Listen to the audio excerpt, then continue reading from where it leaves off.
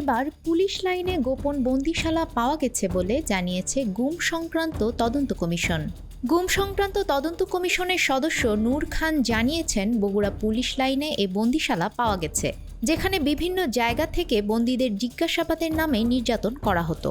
মঙ্গলবার রাজধানীর গুলশানে কমিশনের কার্যালয়ে এক সংবাদ সম্মেলনে এ তথ্য জানান তিনি। নূর খান বলেন, পুলিশ লাইনের ভেতরে কারাগারের মতো গোপন বন্দিশালা তৈরি করে রাখা হয়েছিল, যেটি একেবারেই অ্যাবসার্ড একটা ব্যাপার। সেটি আমরা বগুড়ায় পেয়েছি।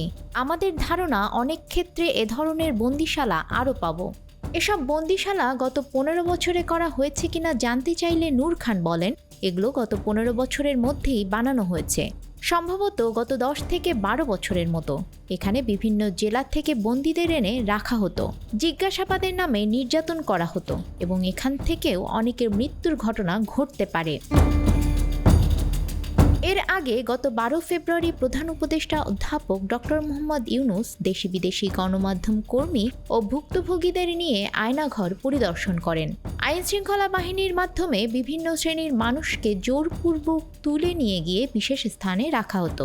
এ নিয়ে সুইডেন ভিত্তিক সংবাদ মাধ্যম নেত্র নিউজে প্রতিবেদন প্রকাশিত হলে এসব স্থান আয়নাঘর নামে প্রকাশ্যে আসে। গুম হওয়া ব্যক্তিদের অনেকে শেখ হাসিনা সরকারের ক্ষমতাচ্যুতির পর আয়নাঘর থেকে ফিরে আসেন পরিবারের কাছে। তাদের বয়ানে উঠে এসেছে আয়নাঘরের ভয়াবহতা। নিউজ ডেস্ক, আমাদের সময়।